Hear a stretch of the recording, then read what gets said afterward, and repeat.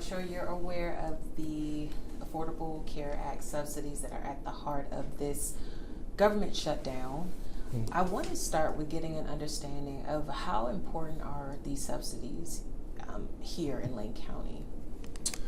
Well, nationally, roughly 25 million people are taking advantage of these subsidies to get their health insurance. That's a lot of people. Oregon is about 1% of the population, so we have a few 100,000 people. And Lane County is about 10% of Oregon's population. So we're looking at several thousand people in Lane County who take advantage of these subsidies for their health insurance. I don't have the exact number. We could probably get you something, though. And I think more importantly, though, is it's their way to get health care. And without it, they might not have health care because they can't afford it. And that's a really key component. Do you see people here at Lane Public Health with those subsidies?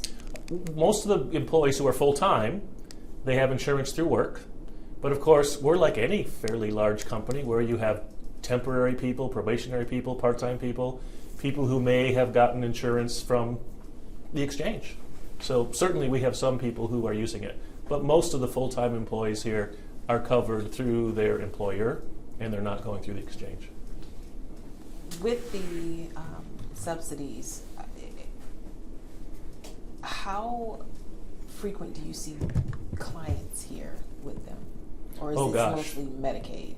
Yeah, so our primary care clinics, we have 8 of them, and we have 30,000 plus people who we care for, and the vast majority of them are on Medicaid, but not all of them, and probably 10 to 20% are seeking insurance some other way, and a fair number of them are not insured. And so this is the challenge with healthcare. Healthcare is a system. I think of healthcare oftentimes like the food that we eat. There's so many parts before it reaches our mouth, and healthcare is the same way. You have the payers, and you have the surgeons, and the nurses, and the doctors, and you have the pharmacy component, and you have the imaging component that does your CAT scans and MRIs. They're all separate entities, and it's the same with the payers. Within the payer component, there's multiple different ways that you get your insurance. And some people get these subsidies to help them pay for it. Some people are combining what their partner has with a little bit what they have. Some people have co-pays. Oh my gosh, the American healthcare system is really complicated. What are your thoughts on extending the subsidies? Should they be extended? Well, there's a cost to it. The Congressional Budget Office has determined the costs, and it's billions of dollars a year, 30 to 35 billion a year. But what is the cost of healthcare? And these are typically people who have no other way to get insurance. So we as a society, we need to find a way to provide healthcare to the people who live in our country. This is one of the cheapest ways to do it, but it isn't free. If you could describe, it's interesting to hear one of the cheapest ways to do it at $350 billion over a decade. Mm-hmm. But if you could describe the value or importance of these subsidies, like how would you break it down? Well, I think first what I would say is we have very good data to show that people who are insured are healthier. People who have a full-time job are healthier. There are certain data points when we look across the population that can predict health. Unemployed people have lower levels of health. Uninsured have lower levels of health. So getting people insured is very important with health insurance. That means they have access to care, they know where to go, and they're not scared to go because they might have a bill they can't afford. I don't know what it's like for you when you feel like you owe somebody money. I want to pay them right away. I just don't like owing people money.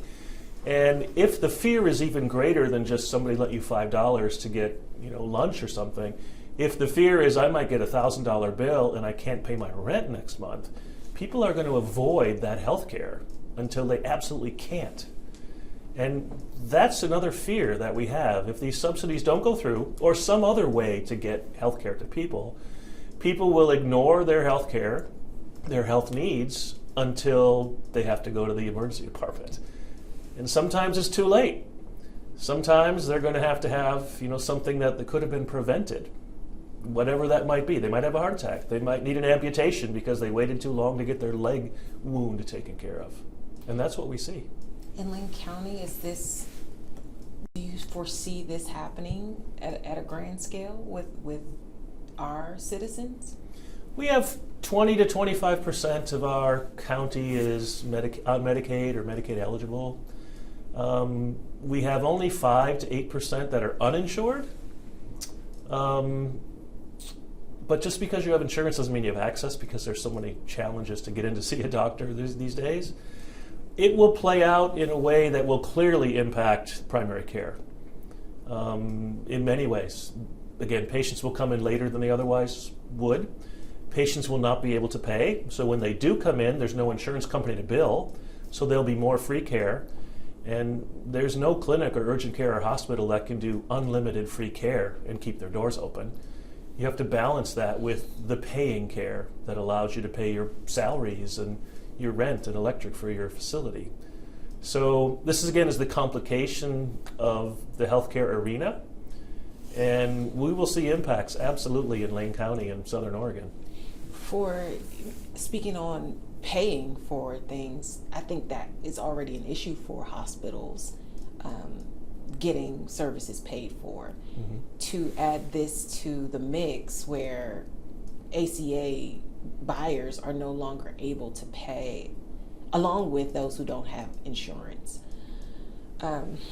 What long-term could this mean for local hospitals? Well, they will most likely have, I think, two main problems, as I see it. One will be more charity care. And like I said, you can't afford unlimited charity care. But also they'll have more people who are showing up and using the hospital as their primary care. Because they're not insured, so they don't have a primary care provider. So they're waiting and waiting and waiting to get that skin infection fixed or that terrible sore throat or whatever it is, and they show up in the ED because that's their primary care. And to the system, that's really expensive care.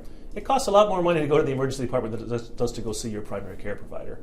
And there's a reason for that. The emergency department has a whole lot of tools that they're paying for that is right there.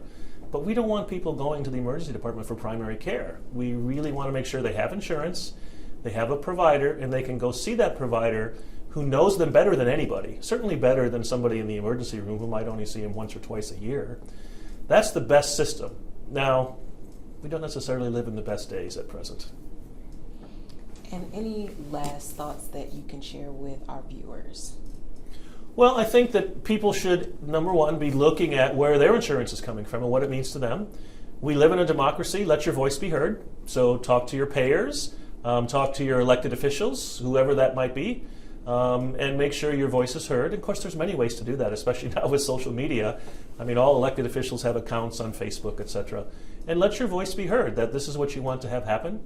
And I think there probably are, beyond individuals, there are businesses that will be impacted by this. Many small businesses.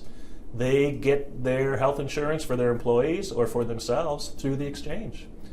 This is not just going to affect people who are poor or living in the woods somewhere.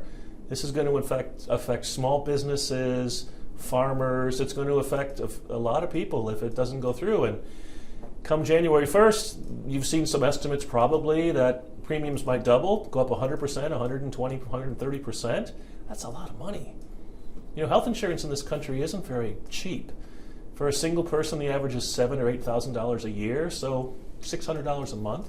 Imagine if it went from $600 to $1,200 a month for people who aren't making a ton of money. That's a huge increase.